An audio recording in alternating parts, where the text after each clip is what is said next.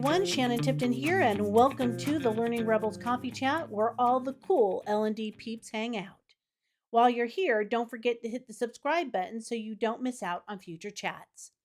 Today, the cool kids were talking about the secret sauce behind successful sales training. Our conversation today is centered around the understanding that much of the sales content delivered to salespeople is similar. What really makes it different is going to be the delivery. Now, salespeople are a unique group of learners. They want the training, but they want it to be relevant, not to disrupt from their time on the job, and they want it to be easily consumable. Oh, wait, maybe they aren't that different after all. But there are some unique barriers, however, and how we deliver training to the sales team has to be viewed from a different lens. Therefore, let's answer the big question on the table. What different sales training ideas or processes can we use to help sales teams see greater success? So, without further ado, let's get to it. I knew that this would be a session that might be a little limited in participants because not everybody deals with sales training. But I knew that there were a few of you, a number of you actually, who do directly deal with sales training or has some input or connection to sales training initiatives. And I thought today would be a great opportunity to have that discussion. I love the topic. I've been in sales for a million years, including Girl Scout cookies and stuff like that. Like I won the special camping cup that collapsed flat. But I'm all about resource selling and that sort of thing. I just had not a heated discussion, but members of my team, who want to try to do a one-call close and all that kind of stuff. And I think that in the long run, it doesn't work. So selling through authenticity, has always gotten me through. So I love that we've gone from sales training to sales enablement. We're starting to change some of the words because sales is such a dirty word, even though we're all doing it 24/7 every day. Right, right. Exactly. And Mary, thank you, Mary, for popping up there in the chat. So she says that she's not with sales training within her organization, but always willing to learn something new. And I think that's the benefit, isn't it? Is that sales training, a lot of organizations keep sales training separate, from their actual training departments for some reason, because the techniques really do overlap, you know? So there's a lot that we can take advantage of. And subsequently, that's why I put in the email that even though you're not a sales trainer, you may have ideas about how to reinforce the exchange of knowledge that would benefit those who are involved in sales training. So thank you for that. And I'm sure that we're going to have, I'm sure somebody's got a book. There are so many books out there about sales training that you know are relevant today. I can think of a few that are older, but I'm sure we can come up with some that are relevant for sure. Okay. And so now here's the question that oh that I'd like to start with is what is the struggle when we're specifically talking about sales training, sales enablement? What is the specific struggle that is happening out there? So thankfully, all the sales training I've conducted, I have been in the role and did it well. So while I never put myself up as the expert in a training, I bring that background and the participants respond to it. But I feel like there's some level of I haven't done it, so I steer clear, which leaves it to the individual lines of business. And these subject matter experts may not be trainers. So yeah, I feel like there's so many different things that kind of contribute to like what makes it kind of scary. But I just got a role where I am not tied to a specific line of business and I get to see how we need to build a program that would allow their subject matter experts working with the trainers to develop some content that really would be very similar across like all lines, but no one in the line realizes that because they think their sales is so unique. Yeah, you're right. And I have yet to work for or with an organization that doesn't believe that their sales is unique. And even though it's sales is sales is sales, right? And your product may be different and your product knowledge programs may be different, but the methods are not that terribly different, right? And I agree with you. I think I see from a, sh- a struggle perspective is a, a lot of salespeople, they have a lot of great knowledge and a lot of great experience. And so we put them into that place of leading, learning, and they may not necessarily be the best person for that. So that brings up a good question. So how are we bringing sales subject matter experts into the training world so that they can do it successfully, so that they can present their content and really do ensure the exchange of knowledge? So how are you helping them with that? How can we help with that? We've been experimenting with something that's just basically a pitch tank where people record their pitches, and then it's on video. They have 30 seconds. It's like an elevator pitch. And then they can look at themselves and see, are they delivering the message with all the value propositions added? Are they stammering on it?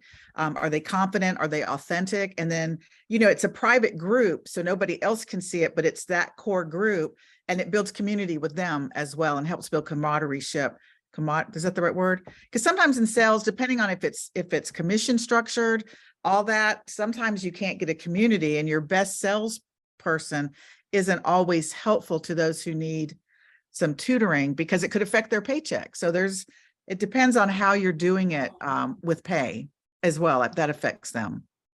I see. So other salespeople don't want to share their particular secret sauce.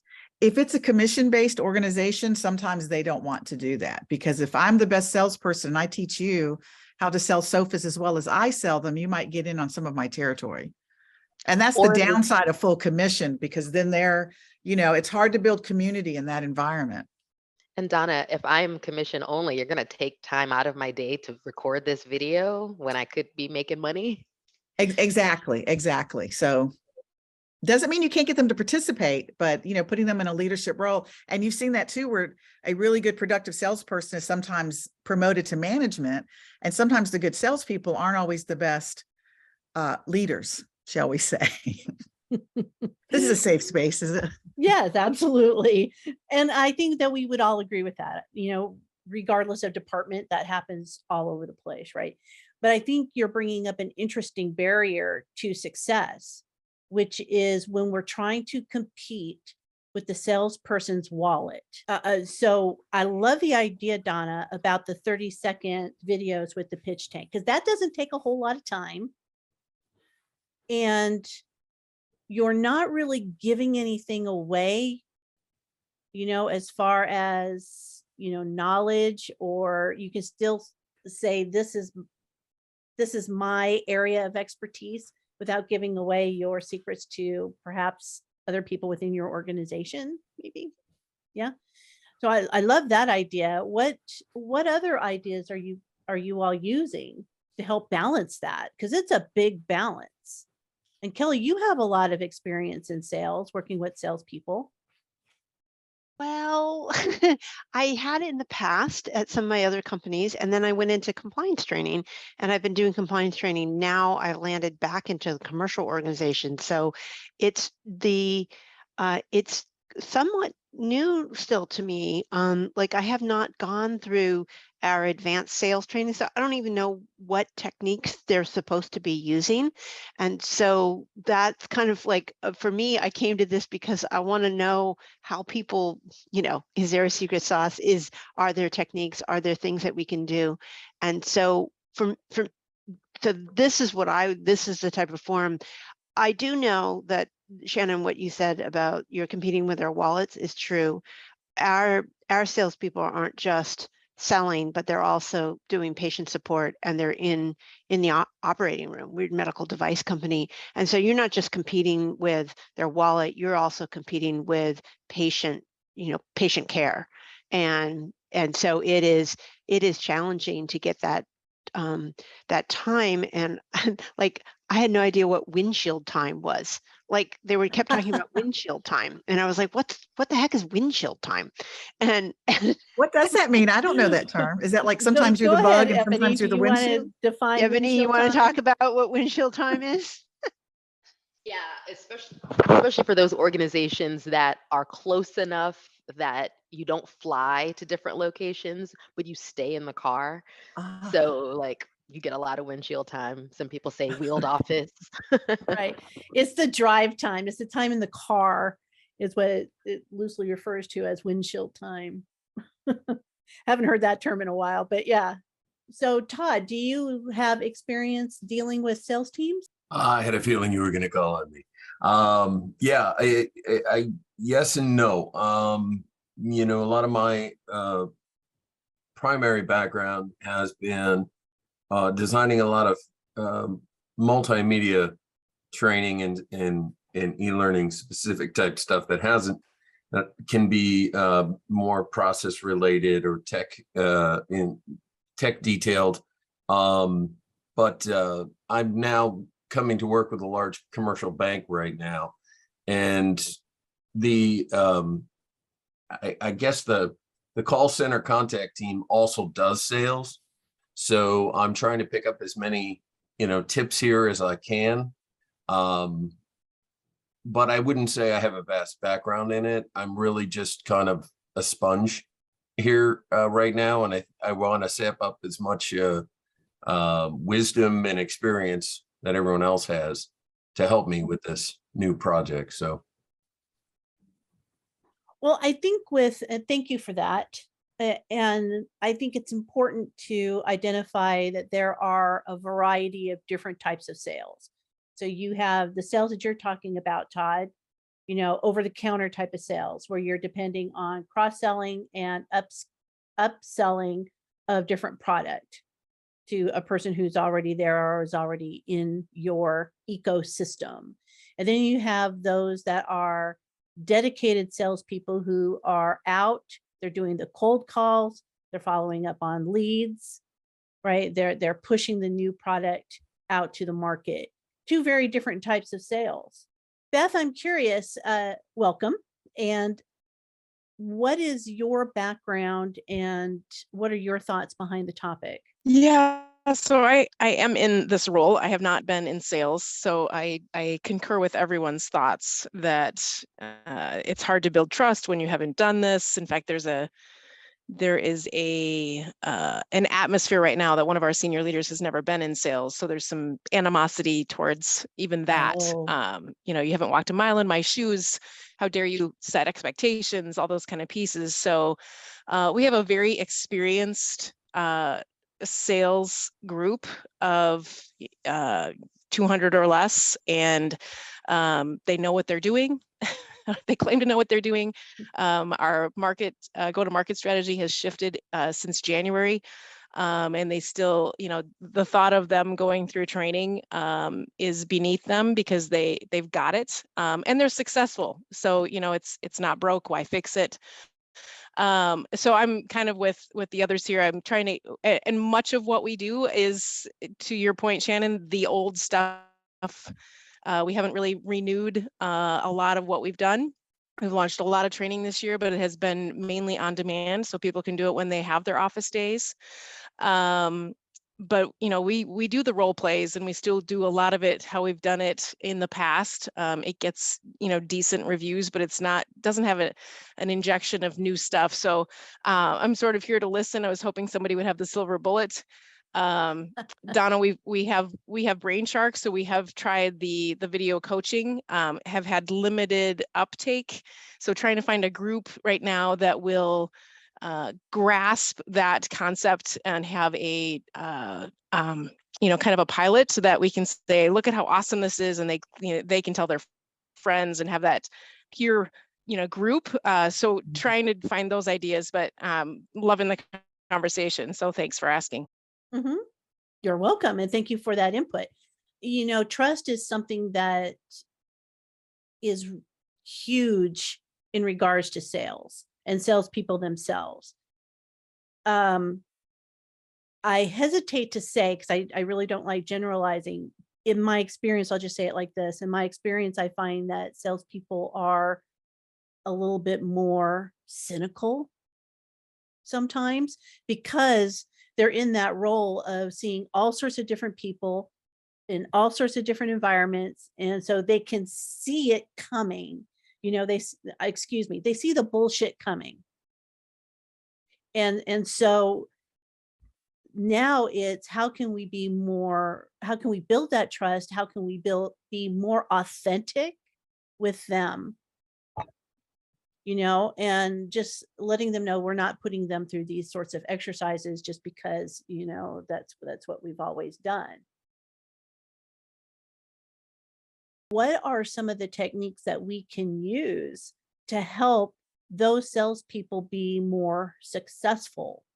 And one of the things that I've seen in the past, uh, which always just kills me sometimes, is that, we lean on old techniques and we have a whole new process of sales that is happening right now, especially when you think about coming out of the other end of the pandemic. And tackling that becomes critical. So what are some of the new techniques that we can use? So let me throw one out. The typical one is like role plays. So we're going to have the salespeople role play selling to somebody else. And the twist on that would be Donna's, pitch tank. I think that's a great twist on role playing exercises. So how can we twist that and think about role playing exercises that's a different approach that salespeople might be able to get behind. I think implementing more, somebody had mentioned mobile device friendly, because just in time training, depending on what you're selling, a lot of times there's details there, and having product knowledge and support from your company is huge. And we've all been in situations where people have been oversold. And the marketing department and the engineering department and the sales department are not always copacetic. But with the sales, nothing happens until a sale is made, regardless of where you are. So, but more access to better on demand or just in time. Like I might be going into a sales meeting and suddenly I forgot, crap, what are the dimensions of that filing cabinet? And then if I have a quick access, I don't want to file through some PDF stuff. I want to be able to type in file cabinet and get the details I need. And then I look smart and confident going in when I'm client facing. And that builds trust with the client too. If I know my stuff, it builds trust. Which is a huge barrier to success, isn't it? Because today the consumer is more informed than ever before. And now it's like you're competing with the internet, Ebony. Working in insurance and investments, I'm like, they have more access to information than ever before, and they believe they're more informed than ever before, Right. and then that creates a whole other issue. Talk about different coins, same side of the different coin. Different side of the same coin. Yes, Ebony, I hear you. Yeah. Yeah, But they I have love it more though, access. because It it might not raises the be bar. good access, right? Yeah, it raises the bar. It makes a salesperson differentiate themselves beyond just the product, but it's the advice too. Mm. Mhm. And so how Yeah, can we better teach Okay. that, Todd? Oh, no, I was saying I've dealt with a lot of people who know enough to be dangerous. So I know what you're talking about, Ebony. How do we teach that? This is a good question because I'm struggling. I think back, I did a contract with Google in Chicago for their salespeople, and I'm not so sure that e-learning and the type of training they were doing in that was the best route. And I'm not so sure I have all the answers for anything in the future of what could be the best route. I mean, I love when you've got kind of recorded pitches and people can practice and more hands-on role playing, but so much is done over the phone and email connections and things for with Google's ad sales specifically.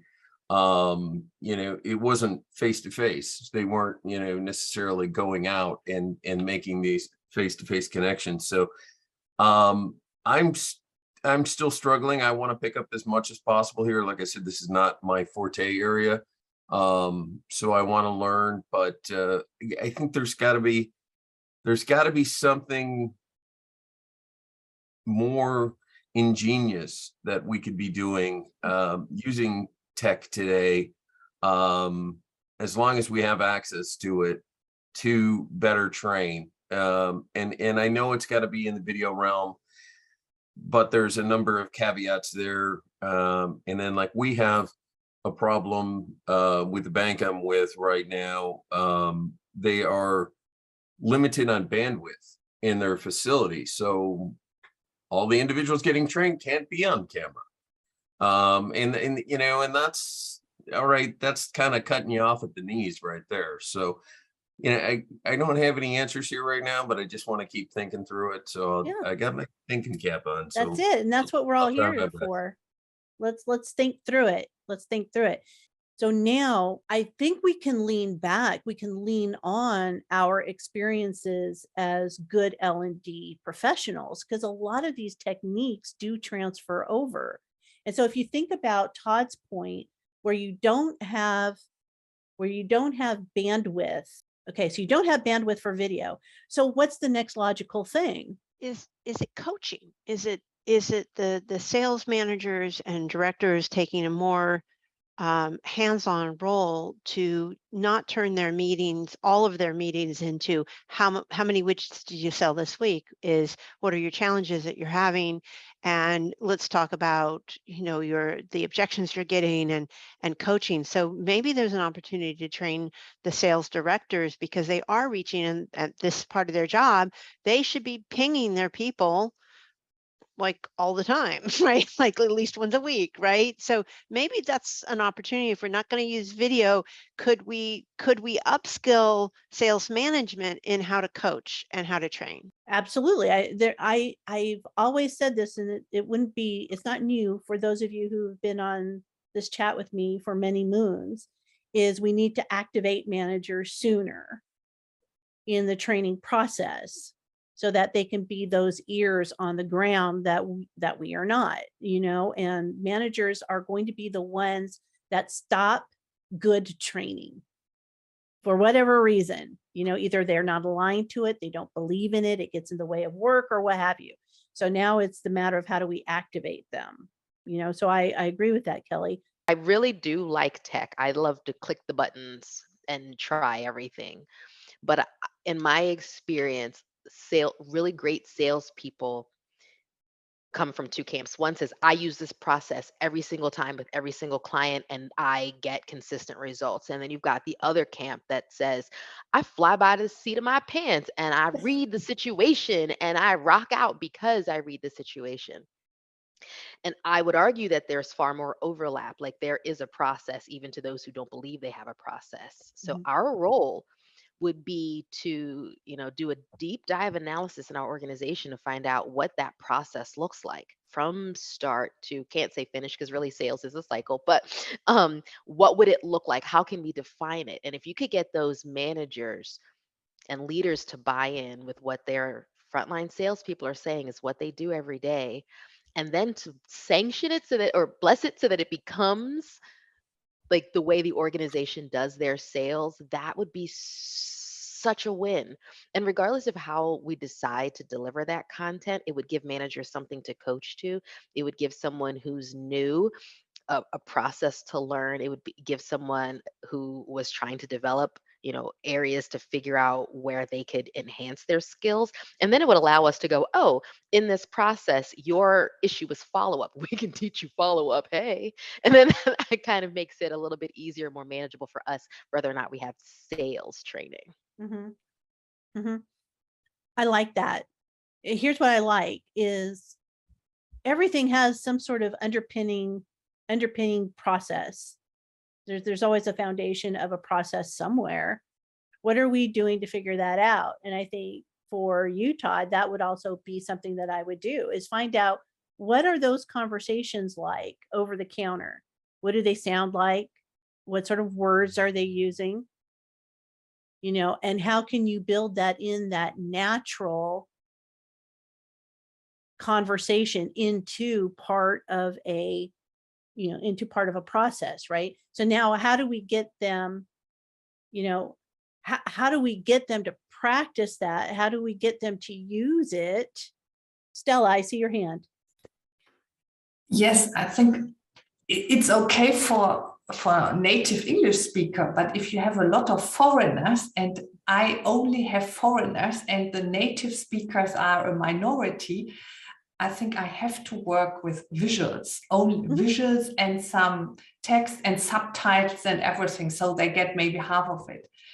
But I wanted to tell you another thing, because you've always insisting the last month on contacting the managers. So today I was, last week I was talking to the sales director, to one of the 10 directors, and I was telling him, listen, there are only 2 sales directors that are really doing their job, and their teams, they've done all the online trainings, and all the rest, they are not doing it. I will stop doing online courses, and now we have to get the salespeople doing it, And I named the persons, I said it's only Roberto in Italy and Christine, she's for Eastern Europe, and they are the best. They have the best sales figures, the best teams, there is some link.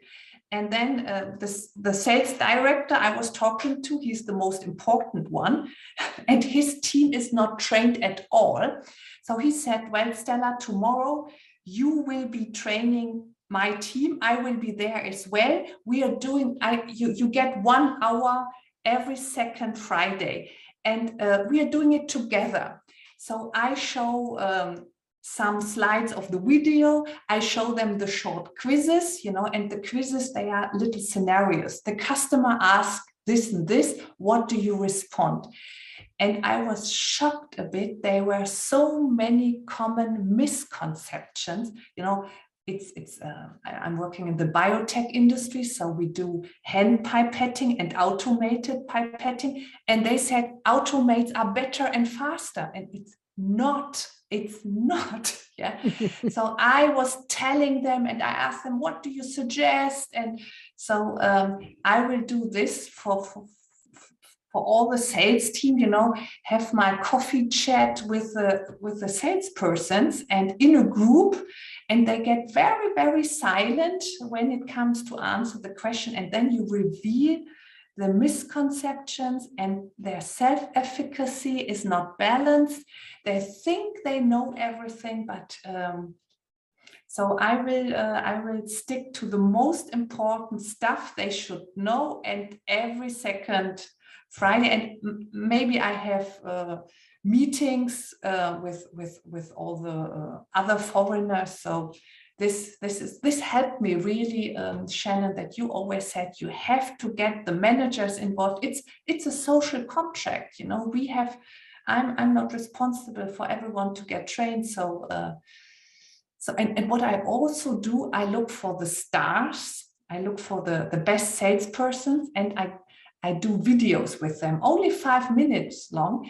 And so, there's a photo with them, and then some slides with nice visuals. I prepare everything. They can modify whatever they want, but it should stay short. And I tell them, the upper management will watch this video, and your colleagues, so they know they have their reputation. That's also something that worked quite well. And they show their technique, how they work from their car using a tablet and everything. So involving the best salespersons with very short videos, that's helped me a lot. That's excellent. That's excellent. Good for you, Stella. Yeah. Good for you. I mean, can we just round of applause for Stella, because, and the fact that you said it's these people. Yeah. I think that's huge. I mean, bravery. I've been in the company for 20 years. So, I just went to the manager, listen, no more online trainings. We have to get your people. And then I think it was his reputation in question. He's in the headquarter, and the Italians and the East Europeans are better. His reputation was in question. So, but I said beforehand, I said, I'm getting a depression, because no one is doing the courses except the Italians, the Spaniards, and Christine. So what's the point? I stop it. I showed my distress and my trouble. And everyone wants online trainings, everyone. And I said, no, I'm not doing. I really said, no, I'm not doing it. And they accepted it. Yeah. So that was my great day yesterday. That's great. And congratulations. Yes, definitely. Congratulations, Stella. And good for you, for holding your ground. And good for you for knowing your audience. Yeah. Some of the techniques that we talk about, not necessarily on this chat, but on others, we talk about a variety of different techniques, but it all goes to context. Yeah. What's the context? Yeah. Right. And so I love that you held your ground and said, okay, we're going to do this in person, but it's not going to be just my voice. And I think that's the important add-on there, that it's not just your voice. Yeah. It's also the sales directors. It's also the leaders who are helping be the champion to the message. Yeah. So good on you. And in your little bit there, you gave off several good ideas, like having your own coffee chat with the salespeople, bringing them in and not being the leader, but being the moderator and letting them share whatever it is that they want to share at that moment, because that also builds trust. Because you're not always going to get the results that you expect. I have many coffee chats. As you guys know, we have many of them. And some of them don't go the way that I thought that they were going to go, because I let, you guys drive the conversation. So I come in with one goal and I leave with other things that happen. It's like, oh, wow, that was interesting. Okay. All right, cool.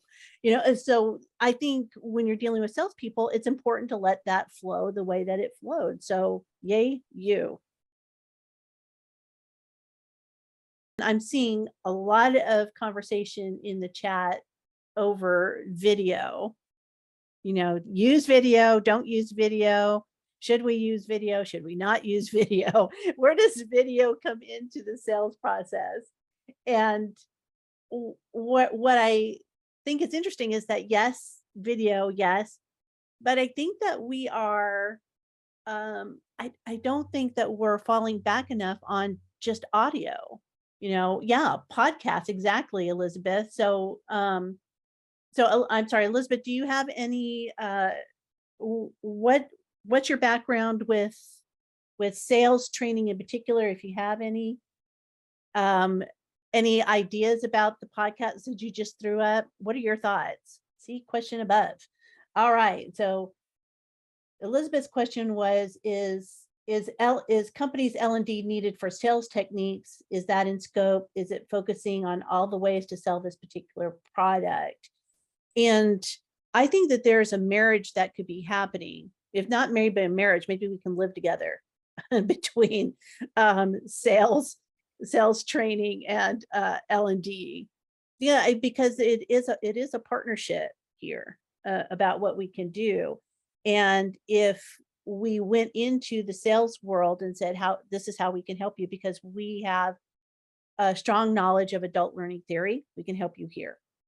You have all of the sales techniques. Maybe I'm not a tactical salesperson or a relationship building salesperson, or maybe I don't have information about sales enablement, but I can learn that and I can help you with it. Right. And I think that that's where our next logical step is. And now let me bring this back. Let me bring this back to audio. Doesn't necessarily have to be a podcast, but audio clips can be beneficial. So let's think out of the box here. I'm going to throw it over to you so that it doesn't become the Shannon show. It's not supposed to be the Shannon show. It's supposed to be your show. So what are the how can you imagine using audio if you do not have the capability for video? I hate to go tech, but that's my whole background. That's okay. But I could imagine an interactive quiz using actual statements spoken with inflection, where you could listen to A, B, and C and D, or you could listen to some scenario, or you could listen to the first objection or something, and then what's your counter objection. Mhm. So I think hearing it could definitely create more of the ambiance and the environment that a salesperson would be in personally. And there's some great products. I haven't investigated all of them, but one I have used, just used it in an animation for Home Depot. They used it, and it was Speechalo. I'm and sorry, it was what? Speechalo, where you can copy paste text right into a speech generator, AI speech generator. And it was pretty darn accurate. There was only certain things that I had to tweak, maybe spell a word differently so it phonetically pronounced it differently.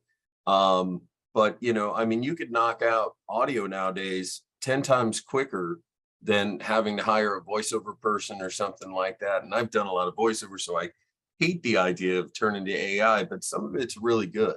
Mhm. So that's one way I could think is, we could build more interactive audio scenario based questions or situations that are, definitely kind of like role playing, but generated completely and wholly with just you and me. So I think that's one way. I love that idea. Why make them read something when they can hear it? Because that's really what, if we go back to Patty Shanks, if you remember Patty Shanks, Learn Something New Wednesday, she was talking about putting the test questions in the context of how people are going to respond to them or how people are going to use the answers in real life. And I think that's a great example, Todd. I love that. All right. Kelly, I see your hand. Well, I'm going back to that problem of windshield time, podcasts, audio. And what we've seen is that there are different ways to sell and solve different customers' problems. We have like the competitive physicians, and then we have the first adopters, and how we sell to those people are a little different. But we find that when we get at sales meetings, and it's very difficult for them to practice the different ways to sell those and to remember it. And so, and we had the technology tool question, but I was kind of thinking, my Amazon device over there, no, I won't say her name, does play a game where you can play like a game. You say an answer and then they respond. And I'm not so much as a game, but you could say, okay, this is the scenario. Would you like to hear the selling to a competitor user?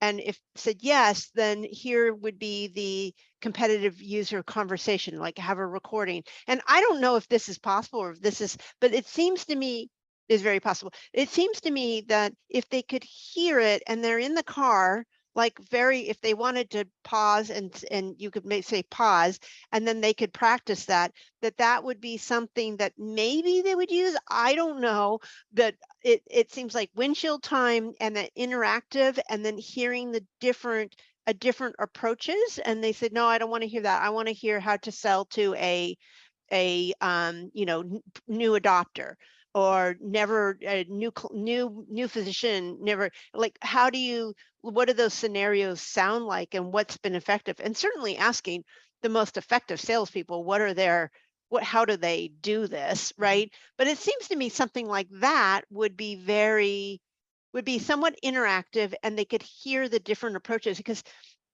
that's kind of what we try to do in person. We try to get them to say, okay, here's this scenario, now try this. And you know, the other salesperson is the devil's advocate. And you could have an AI say, well, I just really like this other this other companies, I've worked with their rep for years, right?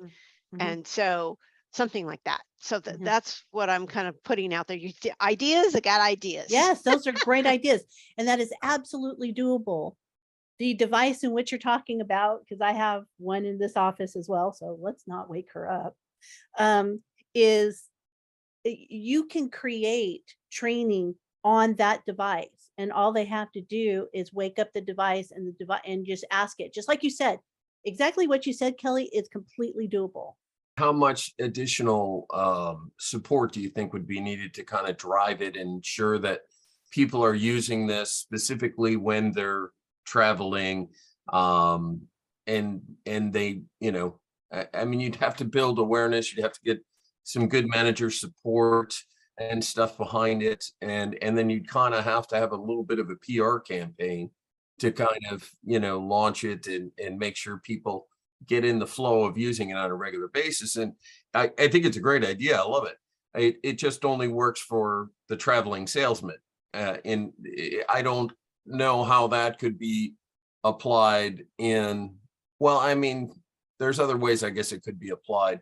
But phone sales and, you know, like I said, contact centers that also, you know, upsell in situations.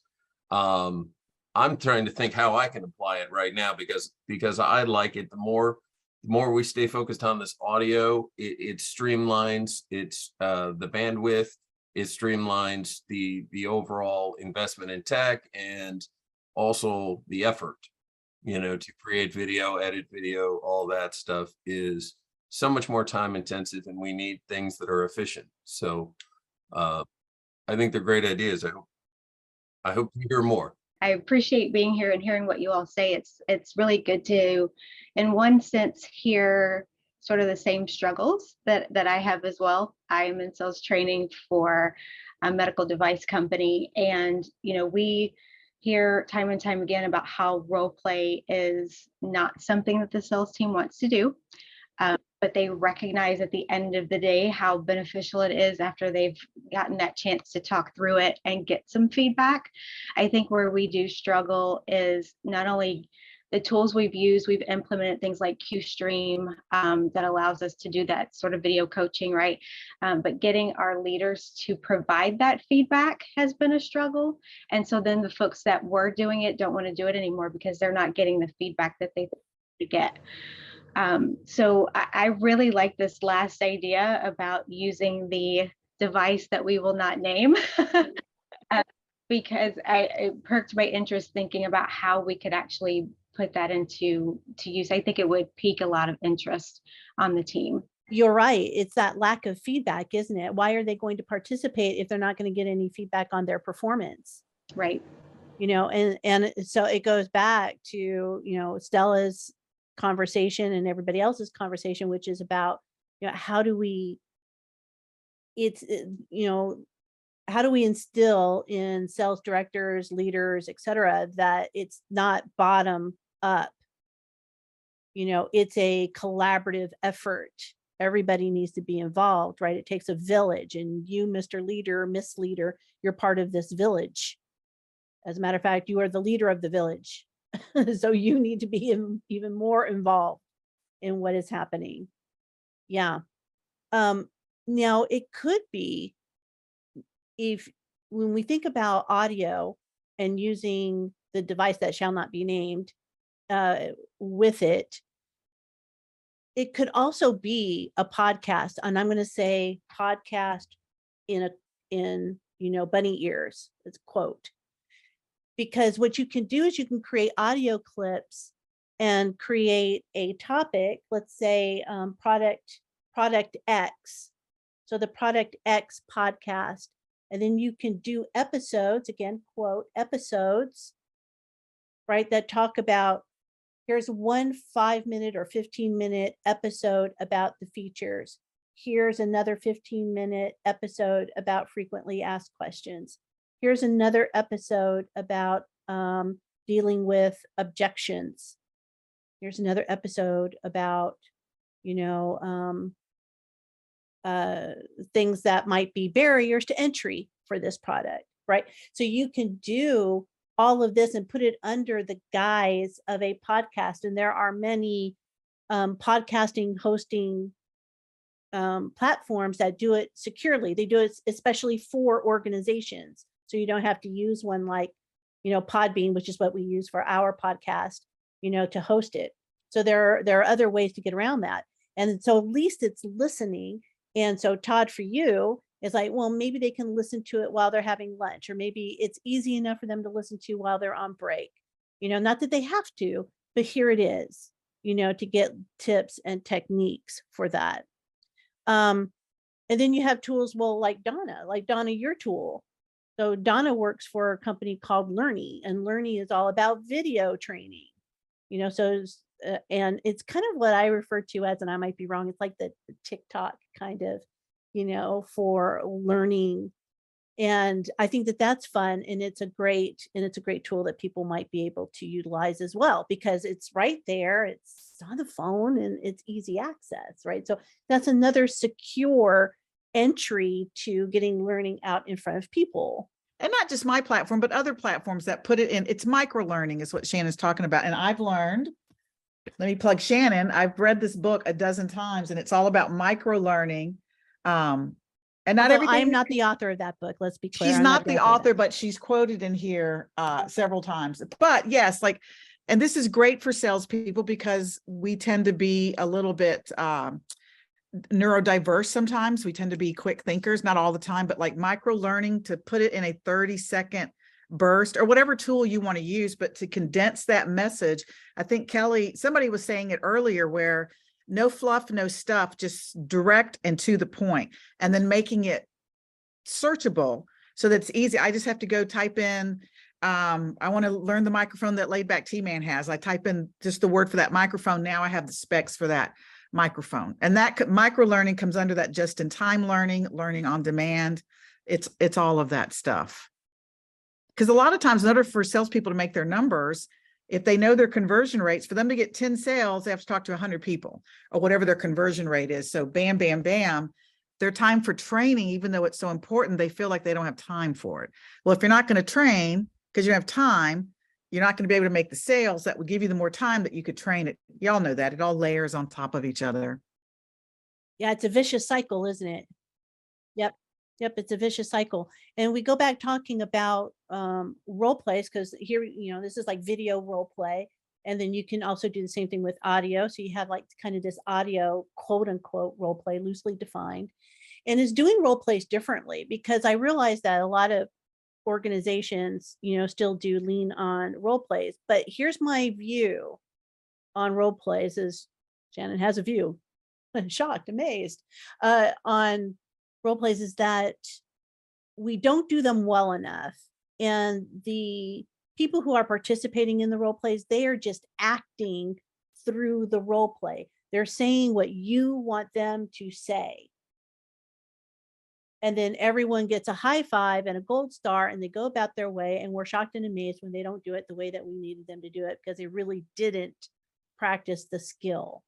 And part of, I think, if we wanted to take if you wanted to take role plays one step further, it's all about, and some of you may already do this, if you're doing role plays in a triad rather than two, and you're putting that triad up against a rubric. So you're building a rubric about what they are supposed to be saying and how they're supposed to be saying it. And you have someone there with an unbiased eye who is, you know, going through the rubric with them. Tedious, but that's what makes it beneficial. And, you know, for the people in the back, for the people who are listening and not on this call, please do not bring your role players to the front of the group and have them role play in front of a bunch of people. Rude and wrong. Okay, so now, so how can we do this? So I think that we can do role plays and not necessarily have to all be in the same place. So yes, there's a place for Teams, and yes, there's a place for Slack and all of those other Zoom, right? But what if we can't get them all together? And so maybe again, this is where audio bits or video bits can come in handy, where they record something and then somebody else listens to it, gives them feedback, and they record their bit. So it becomes more of a virtual role play. So maybe there's an idea there. I don't know exactly how that might work, but I sense that there's a possibility there, right? So lots of different ways to take a look at this. Well, and while I have you here and talking about different ways, right? The Learn Something New Wednesday, all about sketchnoting. And there was an interesting study that Rachel Burnham conducted about sketchnoting and learning reinforcement. What they did is that they took a class and they had a control group and a real group. And so in the control group, they gave them an extra 10 minutes at the end of each lesson to sketch note their learning. And the control group did not have that same 10 minutes. So at the end of those 10 minutes, people didn't know how to draw. They didn't go through a formalized sketchnoting class or any of those things. But the study showed that at the end of their time together, at the end of that, it was like a university type class. At the end of that class, the scores were higher for the group that had the ability to sketch note at the final 10 minutes of the lessons. But more importantly, the lower scores were higher. So that means that if the low scores of the class were, 25%, those low scores were even higher because they had that opportunity to think differently about how they were processing the lessons. And I thought that was a really important piece of information that came out of that study. So maybe there's something in it when we're talking about how can we get salespeople, because they're very creative too. So maybe this might be another area to bring out creativity with the sales force, possibly in your knowledge or participating in the Learn Something New Wednesday. Maybe that's information that you can also take that and practice with the group. Todd? Can you, this is a new concept to me. Can you elaborate a little bit more on what sketchnoting is? This like Sketchnoting, if you've producing seen people who pictorials? turn their notes into drawings. Okay, that's You kind of know? what I assumed it was, but a lot of people aren't natural sketchers or artists. Yeah, So and you don't have to be. That's the key. That's the important bit. okay. The important bit is that you're taking your learning and you're turning it into a visual mode, whatever that looks like for you. That could be a bunch of stick people running around, which is what mine would look like. So you got a bunch of stick people, just doing a visual representation of the lesson. And I've done this in classroom training before, where I've said, on this flip chart paper, you as a group create a picture of what you've just learned. Do you And have a I recording yeah. of that, anything of that we could see and kind of get a better picture of, pun intended? Well, you can if you go to the events page, look under under the sketchnoting, the power of the paper and the pen. And I've got some examples there of Rachel's work, and you can see how that applies, as well as I think I've also linked to that particular research paper. Kelly? So I'm going to say that I'm going to put a plug in for people who have dyslexia and dysgraphia. Writing notes is very difficult. My daughter's grades went up tremendously when she began to draw the notes rather than take the written notes, because she had so many problems with the written words. So she was accused of doodling in class, but she was actually making, the voyage with 3 ships across the Atlantic, and the names of each one of those ships she put into like a piñata, and so it was like visual cues for her to remember the names of the 3 ships. And so her when we figured this out was, I think, her sophomore year in high school, that it started, the information flow started to go. So she would just kind of sketch things out very quickly, and it did actually very much help. So just children and people with dyslexia, this is an amazing way to reinforce learning. Well, I think that's why some people end up in sales because they're just better communicators. They would much rather be out and talking to people and having that contact rather than doing something out of, P&Ls or books or things like that. I think that's how some people actually start some of their careers. And I think that this is a different way when we think about how can we help salespeople do better at what they do. Maybe this is just a different technique. It's just a coincidence that this coffee chat and that learn something new just happen to be up against each other. But I think there might be something there about how we can help them think differently through their own sales process. Maybe it's about sketchnoting their sales process.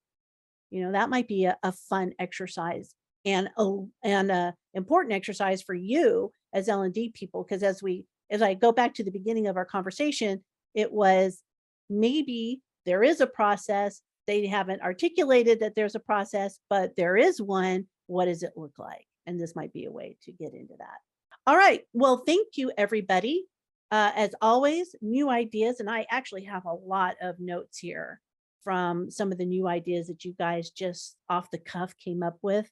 And I love it. And I think that this will be of a real benefit for a lot of sales trainers and a lot of sales leaders that will reflect back from our conversation today. Thank you, everyone, for hanging with us for another Learning Rebels Coffee Chat. I knew this was going to be an interesting topic, tackling sales training. While salespeople require the same things that any other workplace learner requires, it's all about the delivery, building trust, and being authentic. So what were the key takeaways today? First, we must consider the barriers to entry. For salespeople, time is money, literally. Anything that moves beyond what they need to know to do the job is a non-starter. As the coffee chat group stated, no fluff, no extra stuff. This means moving beyond simply knowing your audience. It means being hyper-focused on the audience and who you're delivering your message to.